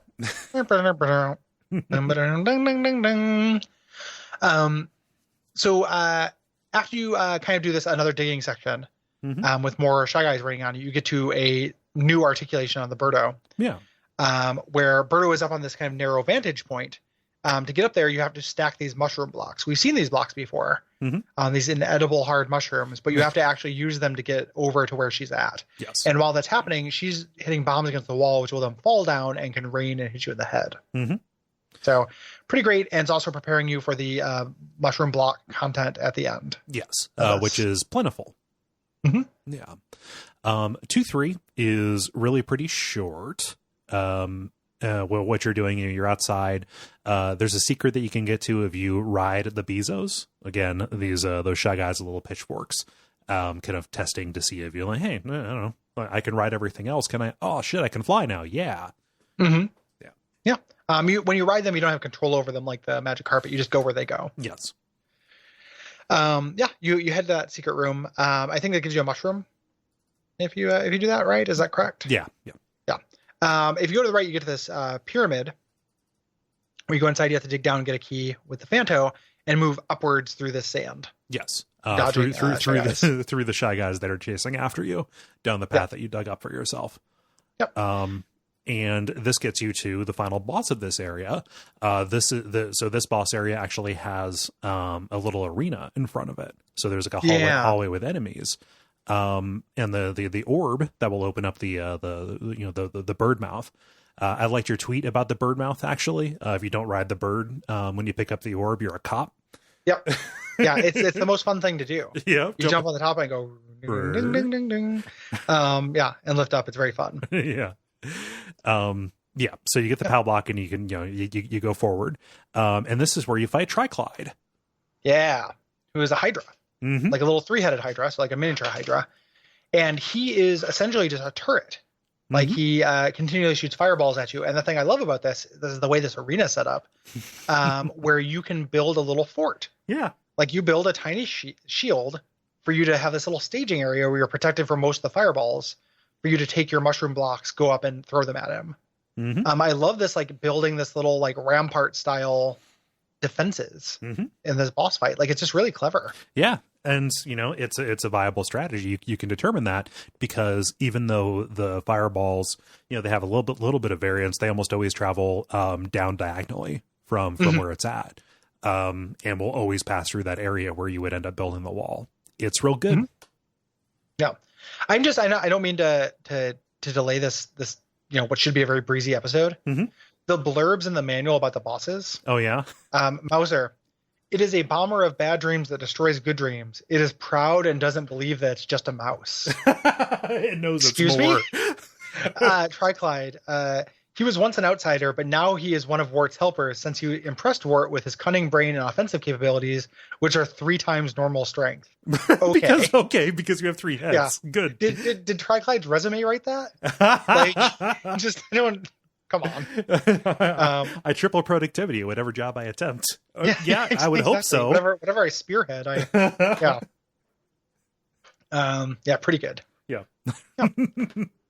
So this gets you into World 3, which is the Green Hill biome, from World 1, except there's a lot more water here. Yeah. Yep. And the first section is this lengthy kind of waterfall. As you're kind of moving this waterfall, you end up climbing these cloud platforms. There, and kind of showing you the difference between the pink and the blue Shy Guys. Like they exist as a platform hazard here because they did not walk off ledges, unlike the red ones who will kill themselves at the drop of a hat. Yes, yeah. The pink Shy Guys are careful. The red ones are reckless. Yeah. Once you get to the top, there's a pidget here. This is where you have to ride it upwards to get to a vine. And it's especially, it's not really difficult, but it feels harrowing to be so high up and try and nail a jump off of a flashing magic carpet on this vine. Feels neat.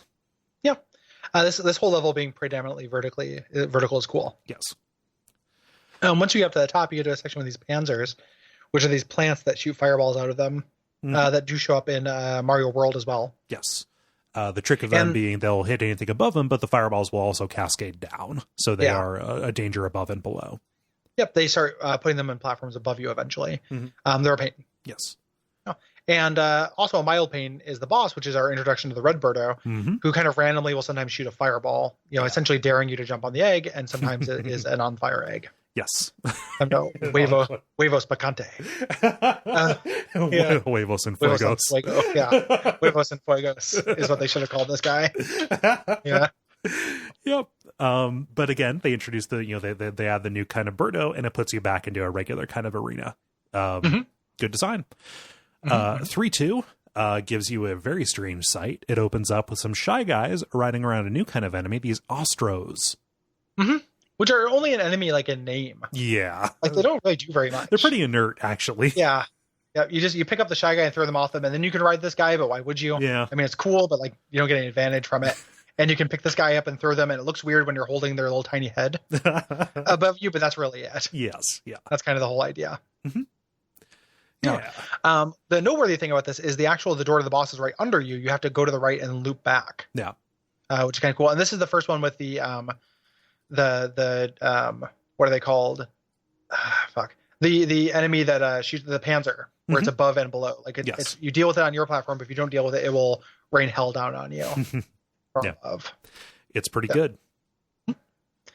And you get down to this underground area here once you go back inside. And then this has some kind of more bomb puzzles, again, where you have a limited number of bombs to get through these things, but you can always reset by going through the door. Yeah. But you need to use all of your bombs pretty much. Yes. And in the end, it's kind of strange because you don't actually have to deal with them. They're a little bit sealed up in a couple of these little shallow pits. New kind of enemy, porcupos, which they don't really use that much. Yeah, they're pretty rare. Yeah. The difference being this is the only enemy that will damage you if you jump on top of it. Essentially like a spiny. Yeah. They look like little Sonic the Hedgehog or Sonic's the Hedgehog. Yep. Yeah. Little blue guys. Yeah. But yeah, you're right. They are probably the rarest enemy in this. Like we don't see them very often. Right. But yeah, once you've doubled back around, you fight another red birdo. This time there's a mushroom block floor behind it. So if you decide that you don't really want to deal with trying to figure out what is going to be a huevo or huevo and fuego, you can get some mushroom blocks behind it to throw at it. Moving on to 3-3, we are introduced to a new enemy, these albatrosses, which are these very angry albatrosses. Albatrosses, thank you. These angry birds that throw bombs at you, and bombs in this game have the shortest fuse of any bombs. Yes. And this is a bummer. Like this is hard. This game does have like several difficulty spikes in it. Actually, like it is much harder than Mario 3. Yes. And weirdly, it has a reputation for being really easy. I think just off of the back of that, off of the back of the first world, I think. Yeah. There are quite a few fuck yous, including the fact that these bombs will just start piling up if you don't deal with them or move beyond where you're going to find them here. Yeah. This level is mostly inside. You go inside this fort. The locked door is right there at the beginning. and you end up having to climb up really high to get the key. There's a super jump shortcut that you can do here. If you pick up a Ninja, deploy him a little bit higher up, and then super jump off of the back of him when he's at the apex of his jump, that will let you skip a large portion of this. Yeah, which is useful. Yeah. And this is also where they introduce platforms that have sparks moving at different speeds. Yes. So if you can, you want to take these things out. You can. They're just normal enemies. You can kill them. Yeah. And you want to because they are a pain. Once you get that key in that door, we fight another Mauser. This one has a spark backing him up, but he's not particularly tough. Right. He's maybe a little bit quicker, and he still does not believe he has a mouse. No. After you kill him, we get into World 4 for the first time, which introduces the ice biome. Yeah, this is tough. This is super tough. Yeah. And this, so this is, it's ice. It's an ice level. There's not very much friction there. And we get introduced this new enemy, these flurries, which again, just show up in the RPGs. Like they're not very, I think there might be in Yoshi's Island, but they're very rare even there. Not a very frequent enemy. They're little snowmen guys. They run very quickly and will continue to they home in on you. Yes. Most enemies in this game just kind of have a set pattern, like they're agnostic to your presence.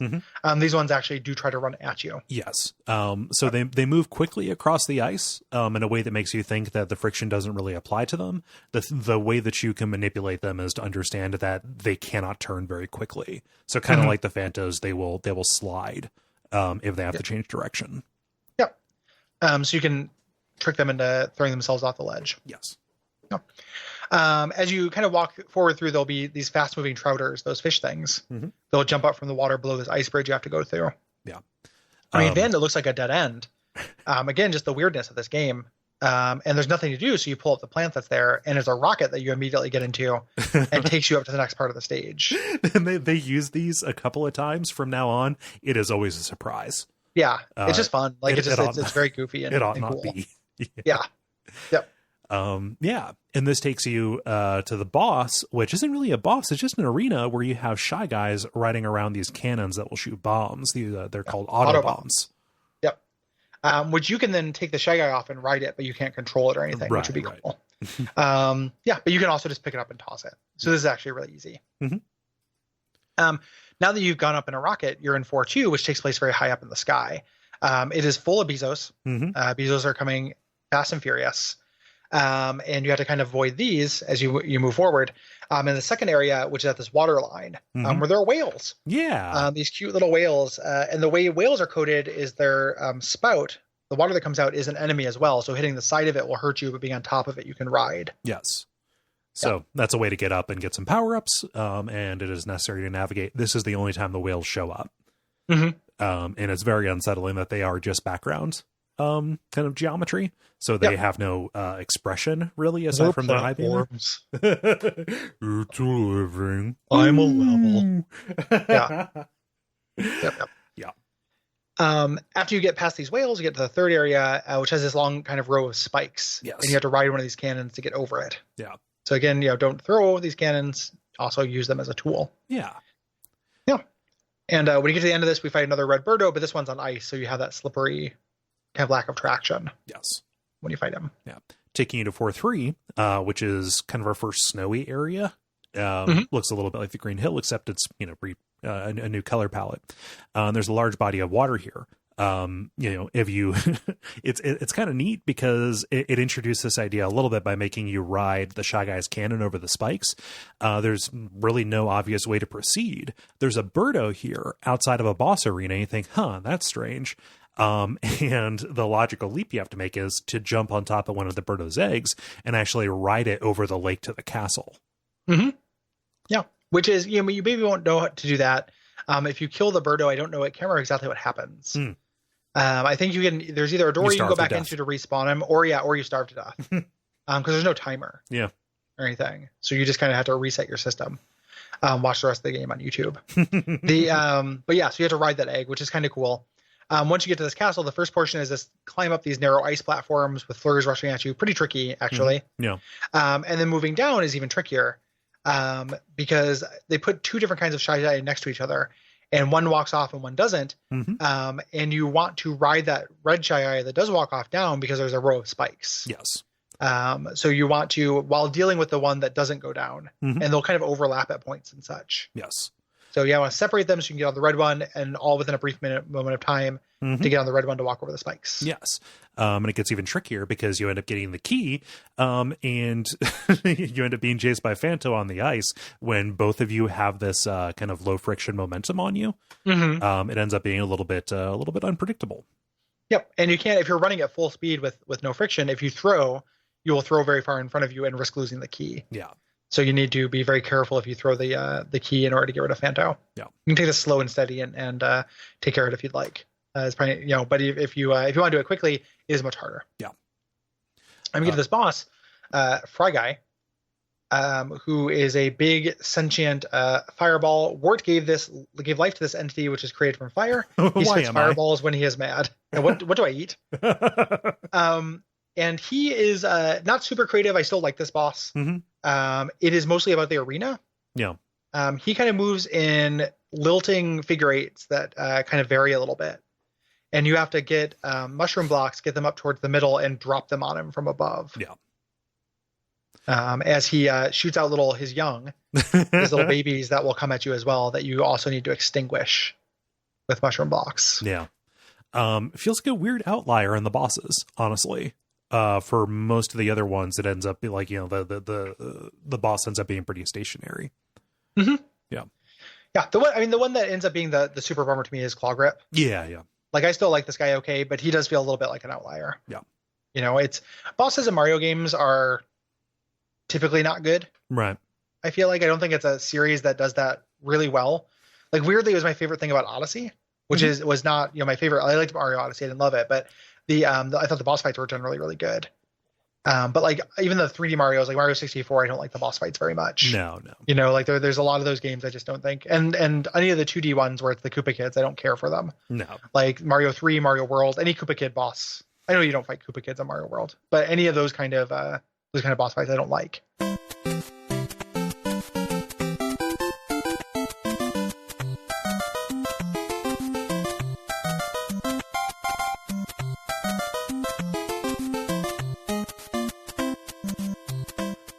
So World 5 takes you back to the Green Hill biome, except it's after dark.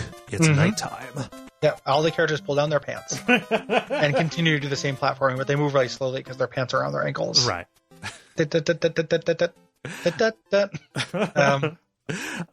Yeah, so the first major area here is this underground waterfall. This is the first time where the game expects you to use the trouters as platforms. Yeah, I think this is a big difficulty jump. Because it is just a one unit thing you have to jump on, and unless you are playing Peach, like, it's very tricky. I think they start out being relatively in sync with each other, but later on, like, there's very little overlap, very little functional overlap where you can make the leap because they're out of phase. Yeah. The end of this, if this is the one I think it is, also has a you get the potion at the beginning of this level, and then it has that little bit at the end where the mushroom falls on. You have to actually like get above the geometry. Yeah, you have to like clear a mushroom block away. Yeah, which is just tricky to do. So I ended up doing this whole level with just the two health. Yeah. The boss of this is a new kind of birdo. On the NES, it is white. I think that the white and green birdos are functionally the same, and that they both just fire fireballs. So you end up needing to use mushroom blocks. Yep. After you beat this birdo, we get to area 5-2, which is this area with lots of these trees and these hoopster enemies. These little weird ladybug things crawling up and down them. And you have to use them to get between these platforms. And similar to all the enemies, like, you want to ride them, you want to not come at them from the side. Yeah. The second area, when you get up even higher, is another vine crawling section, except you're dealing with Sniffet Crossfire. So you have to make your ascent in between the refractory periods. Yep, while they're still basking in the afterglow. Yes. And then you get this third area, which is this big fall down in this narrow tunnel lined with spikes. Yeah, it's where it turns into Mega Man 2. Yeah, Mega Man 2 stuff. As you follow this, at the bottom you fight a red birdo, but he has some eggs, but he has trouters jumping out as well to support him. 5-3 is ridiculous. Yeah. Like, this level is silly as hell. This is just the sky is blotted with these albatrosses. We're all tossing bombs. They're also just freestanding bombs. Like this is them doing the beginning of Saving Private Ryan, but for Mario 2. Yeah. Like this is Saving Private Shy Guy, Yeah. Rye Guy, Saving Private Rye Guy is what this is. It's ridiculous. Yeah. It's Like, it's quite a bit, honestly. Yeah. Shy Ryan. Yeah. I thought it was Save your private Frygar. Yeah, love it. Yep. It's very, kind of brief but intense. And what you're trying to do is get inside of this tree. And the ascent of this is pretty neat, actually, because the logical way to do it is to do the wraparound. Actually, there are panzers around, and the platforms are arrayed diagonally. So you want to run off the left to get to the right to get to the next kind of area. The overall effect seems to be like running up the inside of a hollow tree, like a spiral. Yeah, like around the edges. It's kind of neat, actually. Once you get through that, you get this little arena again before the boss. This kind of sky area with treetops. You need to get on a Pidgeot magic carpet and then throw him at the next one. Jump on the next one and continue to chain those until you get to a Red Birdo. Red Birdo opens the which you fought a million times. Not a big deal, but he opens up to Claw Grip. Yeah. What does the manual say about Claw Grip? Why does he belong here? Well, Claw Grip, he grows suddenly and is surprisingly skilled at throwing rocks. Cool. All right. Here's the reason why I think Claw Grip is bullshit. Is previously with Mauser, we've been taught that you can jump under things to grab them. At least in the NES version, you can't do that with the rocks. You have to wait for them to land and then pick them up, or jump on top of them and pick them up. It's much easier in the All-Star version. Okay. Yeah, you can't catch these right the same way you can catch bombs. And he does. There's not a whole lot to him. He just tosses rocks at you. Yeah, he does it pretty constantly. There's not a lot of like, how the Birdos do it in batches of 3. Here, he just kind of does it whenever. Yep, just kind of tosses a whole bunch of them, and it just ends up being like I just had to tank him. Yeah, because you can't. If you could catch them in the air, you could do it quickly. As is, like all that time picking up rocks, like I'm probably gonna get hit. Yeah. From like picking them up or landing on them in the air and doing the pickup animation. The big thing about catching something from below is you skip that animation. Yeah. So, frustrating. Yeah. At least you only fight him once. Yeah, he only gets one time to shine. After you beat him, you go on to World 6, which is another desert, the tougher desert. Yes, where there is very little terra firma to be seen. Yep, and quicker quicksand. Yeah. Like much quicker. Like once you get into it, you have to tap the A button really fast to not die. To not succumb. Yep. Yeah. After you do so, after you get through that first kind of desert area, and there are, Cobrats and the normal hooligans here as well. Once you get that, you get to this cave, you have a locked door, and there are a bunch of pots where you have to kind of pick the right one that has the key. Yeah. And you go through it doesn't have, all the rest of them have solid ground, and this one just has desert. So you have to keep digging into the pot. Yeah. So if you're just kind of saying like, okay, well, I need to pick the right one, it will look like they're empty. You have to determine that you can go below it as well, which is kind of a neat little trick. Yeah. The boss here, again, we've got the green Birdo firing fireballs constantly. No real trick to it aside from that. 6-2 is real brief. You're high up on some of these bluffs. And really, it is a challenge of riding these albatrosses across. You need to jump between them. Like, one will run into a platform, so you have to jump onto the next one, which will be safe. Sometimes you can jump onto some Bezos, which is tougher because they're one tumble width wide. Yeah. Yep. As opposed to 2. So just tricky platforming on top of enemies here. To get to the end, to get to a green Birdo. This has a smaller arena. But there's a platform above it where you can drop blocks onto him. Yeah. You don't have enough to kill him. Once you dropped a block, you might have to go make a little run down there to pick it back up. Right. And get him. Yeah. After you beat that Birdo, you get to 6-3. This begins outdoors. But eventually, after doing some platforming stuff, you get into a cave that is bomb full. And you have to use these to destroy the correct walls to move forward. Which involves kind of mastering their timing. Yep. Yeah. There's an extended vine climbing section, again, with lots of wraparound. This feels like the last real test of that for you. Yeah. Yeah. Yep. Getting you to the boss area, there's a red Birdo, but this kind of gives way to fighting another Triclide. And once you get through there, there is, again, it's very similar to the last one. A slightly different arena, but same basic idea. Yeah. Moves on to the temple biome, World 7, the final world. You lots of the platforms here are destructible. So there are those blocks that can be destroyed, and albatrosses drop bombs, which again have those super short fuses. So a bomb hitting you won't just necessarily do damage; it can also take away your footing. Yeah. It's only really a problem if you don't move very quickly. Yes. But it theoretically could be. Yeah. You get to the end, there's really nothing. Like there's a door potion in a small little room. Kind of the logical leap that you have to make is that, okay, there are albatrosses here. You can ride them all the way back to the beginning. The way forward is actually behind where you started. Yep. And once you get there, there's a kind of platforming challenge with these blocks. Yeah. Where if you jump, you can't go back down. Right. They're one way. They're one way. And there are enemies forcing you to kind of do like little tiny short jumps to avoid them so you don't lose too much progress as you go through here. It's kind of tricky. Like if you haven't played it, look it up. Yeah. It's a little bit goofy. And this ends with kind of a nothing. It ends with a gray birdo. Yeah. No big deal. No big deal. So taking us to the absolutely massive 7-2. Yeah, the final world, which is the inside of Wart's Castle, which introduces all of these conveyor belts. Right. Which are new. Yeah. Is there any... I mean, so it's an easy question to answer.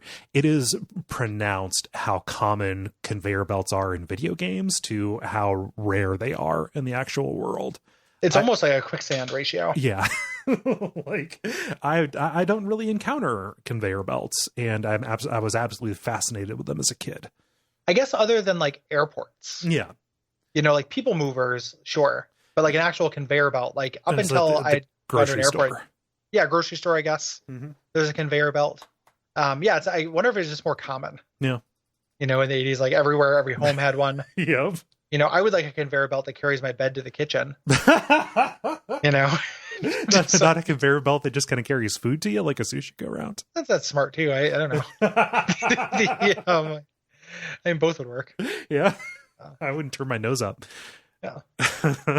I love people movers on the airport because, you know, if you're very tired, don't walk on them. I almost always do though, because it feels like you're walking at like not super speed, but like it just turns any walk into like a power walk. Yep. When you walk on them, and it's very fun to me. Like you just get the sense of momentum that is like kind of actually fun. Yeah, and there's always the little kid trying to run against it. Go backwards. Same thing with escalators. Yep. There's some kid who's like trying to run up the escalator, and it's like, I've been there, son. Yep. Like you can do it, but you're not gonna like what, it's not worth what it. happens once you get to the top. It's not worth it, my friend. Yeah. Yeah. Like nothing happens. You don't get a reward. Yeah, it's not like the mayor comes out and gives you the key to the city. Yeah, like we've all done it. Yeah. Can you bend a coat hanger as well? Because we can all do that too. Like, listen, the Kid Olympics are nothing. Like, you need to learn that all this is horse shit. Yeah. Sooner than later. Get a Roth IRA, Junior. Join me in adulthood. So sad. Kind of like kind of low key the saddest thing we've ever said, I think. Listen, me and Mauser are going to adopt you and show you the ropes. Oh man. So let's see here. So this is a very big level, and that length is compounded by the fact that there are two ways through it that actually kind of double back on each other. Yeah, like a Deus Ex level. Yeah, like it's weird that you can kind of go back through. So there's a downward path. There's this long drop down a mushroom block walkway that has sparks. Yeah, this whole area is Spark City. Oh yeah. This town ain't big enough for the both of us. No, like, neither is this platform. Yep. After you get down to the bottom, you have to this chain ascent with more sparks that are out of phase running up and down the chains, which is very tricky. Jumping from chain to chain. I actually don't like the way that jumping from chain to chain works in this. No. You kind of do a controlled fall while holding up and hope you catch it. Yeah. It's not a satisfying feeling, I think. Yeah, it feels like an accident of the physics system that they decided to design levels around. Yeah. You can go the other way too. Eventually, though, you need to get to this red birdo that instead of holding an orb in its belly is holding a key. And taking that gets you through into the boss arena. This is a real it's a real betrayal. This is awesome. I love it. Yeah. But it is a betrayal. Yeah. Because you think you get to the bird face. And like, I'm not a cop. I'm gonna ride the bird face. And he says, you know what, I'm sick and tired of your shit. Yep. And when you pick up the orb, he starts floating around and attacking you. Yep. And you have to hit him with blocks. and actually kill him. He's not a very hard boss. He just kind of moves in those loops, those lazy loops. And the boss doesn't say anything about it. The manual doesn't say anything about him. Well, it would spoil it because you can't spoil it. Like he's a mimic. Yeah. Maybe the earliest mimic I ever encountered. Maybe. Yeah. So that's something for sure. I call it a betrayal. I'm not actually angry at it. It's just like oh yeah, good on you for building up a sense of trust. Yeah. And once you beat him into submission, he actually does stop and open. Yes. You can go into him to get to the final boss fight with Wart. Yes. Wart is the most mischievous in the world dreams. He created monsters by playing with the dream machine. Why didn't somebody call the dream police? Yeah. So that's how these monsters came out, because he messed with this weird fucking Dr. Megorium's Wonder Emporium device he has in the middle of his chamber. Yeah, and I think he used up all the good parts, so now it is just spitting out vegetables, which is bad news because Wart hates vegetables. He really hates them. Yeah. I mean, the trick is he's probably never had them cooked right is the thing. That's a lot of people grow up and just like canned shit. You gotta. Yeah, you can't just eat veg all and then say you don't like vegetables. Right. Like you don't even dislike Brussels sprouts. Like they just need to you need that Maillard reaction, my friend. Yes. Get them caramelized. Yeah. But don't overcook them, because that's bad too. They're very hard to overcook. I've been watching a YouTube channel about from America's Test Kitchen. They talk about Brussels sprouts, how they can handle like a lot of cooking before they get bitter. And that's why you really want to char up that one side of them. Oh yeah. I've overcooked them and got them bitter. So, nothing's impossible, folks. Oh yeah. Like nothing is impossible to literally overcook. Right. Like then that's asbestos. Don't eat it. Yeah. Yeah. Asbestos belongs in your lungs. Yeah. So what Wart does, he's off on his own little platform over there. He will spit these barrages of bubbles at you. The vegetables alone will not hurt him. You have to throw the vegetables when his mouth is open, literally forcing him to eat his vegetables. And that is what causes him to submit to you. I find Wart pretty easy. Yeah. For the end boss of this, like the bubble pattern he does. Essentially shoots them up in the air and they fall at kind of spacing, but they fall slow enough to where it's very easy to get between them. Yeah. And then it's easy to toss because he gets stunned when you toss a vegetable in his mouth. So you stand next to him between those barrages, throw the vegetable in his mouth, and just go back down to dodge zone. Yeah. I find this would be a pretty easy final boss, which is fine. Just that like he's not super tough. Yeah, the tricky part that I always run into is that the window for when he's vulnerable, when his mouth is open, it is slightly different. Like the hitbox is different than the timing of his animation for when his mouth is open. So it's a little bit sloppy around the edges there. So like I will end up wasting more shots than I think I ought to. Yeah. Yep. After you kill him, I think it's 5 vegetables. I think it's more than 3. Yeah. You put 5 vegetables in him, and he dies, and we get the ending here where Mario goes into a pot, pulls the plug off of it, which releases all the fairies. Which like, that's what we were doing. Yeah. Carries Wart off screen in order to I just did dismantle him. Make sure he doesn't appear in another Mario game. Yeah, I guess. Like literally mimetically erase him. Because he's not shown up anything else as far as I know. I think they ripped him apart and then fed him back into the dream machine as raw material. Yeah. This is how we got fucking K. Rool. Oh shit. It sucks. They gave him a fate worse than death. Yeah. And then in case you forgot, and also in case you decided to trust the intro, which says that Mario woke up. No, he didn't actually wake up. It was a dream within a dream where you woke up and went into the dream world. Here he is actually, he is actually in bed. He wakes up briefly, then falls back asleep, and we see the cast roll by in the credits. It's a little bit cheap that it says it's always all a dream as a twist when in fact we went to a dreamland. Yeah. It's like, okay, bud, no shit.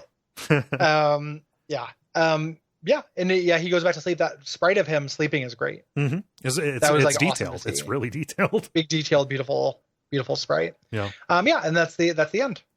That's Super Mario Brothers 2 USA.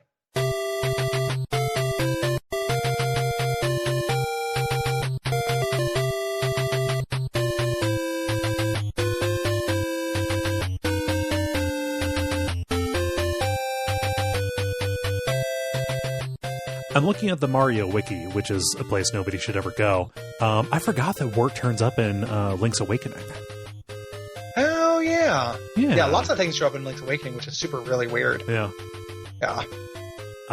But yeah, that is Super Mario Brothers 2. I love this game, Gary. Yeah, it's great. Yeah. It's my fave of those Nintendo Marios. Yeah. I like the enemies. I like the pace of play that comes from it. Like sometimes it is too frantic, but by changing your verb from jump on an enemy, which is a 1-step process, to jump, lift, throw, which is a 3-step process, it slows down the pace of play in a way that reminds me of like the difference between like a Gears of War and a Resident Evil 4 or something. Yeah. Like it just like there's a similar proportion there where it's just like, oh, like you have to be a little bit more thoughtful. And being able to ride on enemies opens up a lot of like kind of puzzle things, which are kind of non-existent in Mario 1. Yeah. Mario 1, like the equivalent of that is getting warp zones, like breaking the geometry. Getting above the stage. Yeah. Or those terrible, terrible trial and error based 4th stages. Yeah. Where it's like, if you go up the top path, you get a ding. If you go to the bottom path, you get a murmur. And you just had to memorize how to do it. Yeah. Like, what is this? The hand safe from RE2 remake? Like just like don't trial and error me. Trial and error in that respect is annoying, right? The trials aren't fun. So it's not fun. And then Mario 3, the secrets come from pushing at the boundaries. Yeah. Going off stage. Here, the secrets come from like a lot of times using enemies in creative ways or doing weird shit with the relationship between like an A and a B world in a way that feels really ahead of its time. Yeah. Like there's shades of Link to the Past in the way that the A world can affect the B world. Like when you have to like remove a block to make a mushroom fall down. That's neat. Yeah. I just love the way that they complicate the level design just enough to have these multiple pass through. Again, it is that right mix between mystery and discoverability. And that is something that when carried forward into later Mario games ends up being an element of the best of those, to my mind. In talking about this and in putting together the outline, it's remarkable how much, most of these levels have something they're about. Right. Not all of them. Like there are definitely weak levels, but, they do have these little ideas in them that, again, force you to look at the enemies in a different way. And it feels like they make great use of that shift in mechanics. It's a very thoughtful game. Yeah. Very thoughtful. Very worthy. It's Miyamoto's favorite. Nice. Of those other than the first one, I want to say. And of course he has to like that first one. Oh yeah. Yeah. But it is it is a wonderful, wonderful game. I'm glad we covered it. Yeah. For the thing. And it got me thinking about, just the weird NES sequels too. And eventually, like, I would like to do Zelda 2 and Castlevania 2 on here. Oh, I've been champing at the bit to those forever. Yeah. Which are not as successful. Right. But are very interesting. Like, that was just such a fun, wild time for Nintendo. And all 3 of those games are really maligned, like this one included, this one the least of which, are a little bit maligned, and all of which is like do not need to be maligned and are interesting and cool on their own merits. Yes. And within the scope of history. Yeah. So tune in whenever, probably 2020 sometime, when we find out what Castlevania 2's Doki Doki Fac is. There's actually a promotion for a motor oil. I have no idea. I know Zelda 2's, which is I am error, is not necessarily a translation problem. Yep. Yeah. Yep. So thanks everybody for listening. Thank you. If you have anything to say about Super Mario Brothers 2, Pyre, or BioShock Infinite, hit us up at duckfeed.tv/contact. Please do. The deadline for that is February the 15th. Similarly, March the 15th is the deadline for the games we were talking about then, which is one of the straggler theme months, Survival and Desperation. So if you have anything to say about Papers, Please, Frostpunk, or Stalker, hit us up by March 15th. Yeah. If you're a patron, you can also submit your questions and prompts when we put up the when we put up that topic on patreon.com/duckfeed.tv. If you're listening to this and you didn't listen to the last episode, listen to the dispatch. Yeah. It's different than the response episodes. It's meatier. The response to those has been really positive. Yes. And hit that up because it is different. We know not everybody listened to the response episodes. They were interested in other people's thoughts on this stuff. This is a little bit more than that. So check that out. Yes. Gary, we had a lengthy digression about Super Mario Maker in the middle of this. Do you think it is about time that we discuss what we're going to be talking about at the Midwest Gaming Classic in Milwaukee this coming April? Yeah. Sure. So we're going to be returning to the Midwest Gaming Classic in Milwaukee. That is going to be April. Oh, hey, there's Sven Gulli. Yeah, Sven Gulli will be there again, which I love. April 12th, 13th, and 14th. We don't know exactly when our panel is, but stay tuned. We'll be tabling. Come say hi to us. We'll be in Milwaukee. Come by us, bratwurst. And we're going to be talking about not necessarily games, creative games. Yes.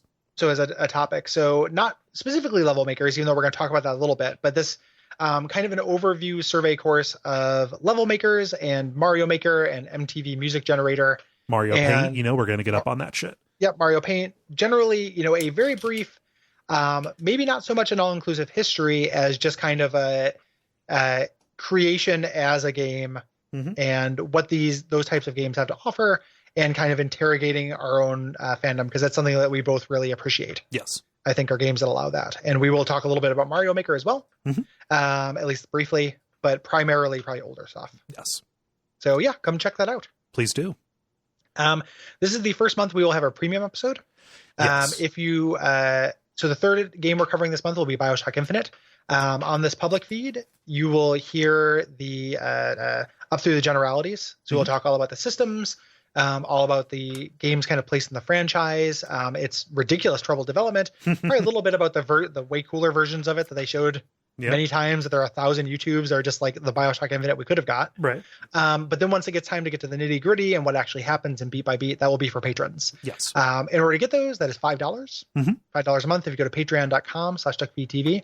For that $5, you get a lot though. Yeah. We're sensitive to how much, $5 a month, that can mean different amounts to different people. So you get that. You get episodes of Bonfireside Chat Rekindled. You get 2 episodes of Abject Suffering per month, and you get to submit prompts and questions for those dispatch episodes that we do. Yeah. We think you get quite a bit for that. Yep. And you get even more if you go up to $10. You get all of those old episodes, as well as Duckfeed Presents, which has been our kind of has been very fun. We've done a Days of Future cast and kind of side Gaiden episode so far, and then the first episode, Winging It with Will, which is me and Will's on location brief game talk where we talked about Fallout 76. Yes. So keep an eye on that. So, again, we understand that different amounts of money mean different things to different people, but we want to make sure anybody who does choose to support us is getting significant returns. Yes. For that. And we really do appreciate everyone who does and everyone who's considered it. Yeah. Thank you. I think that's everything.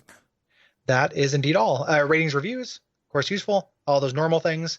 But until next time, who is Fry Dog? Yeah. Who is Shy Dog? Until next time, don't go to sleep. Don't go to sleep.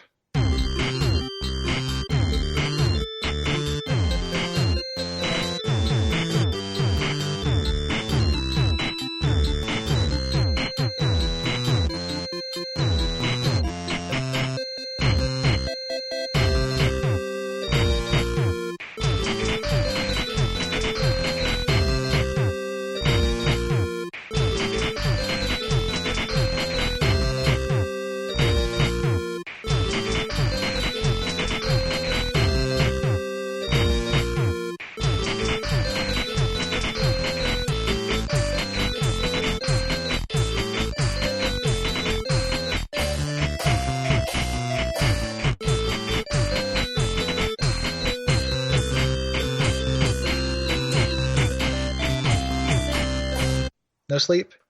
Till Brooklyn, paisanos. A real New York slice.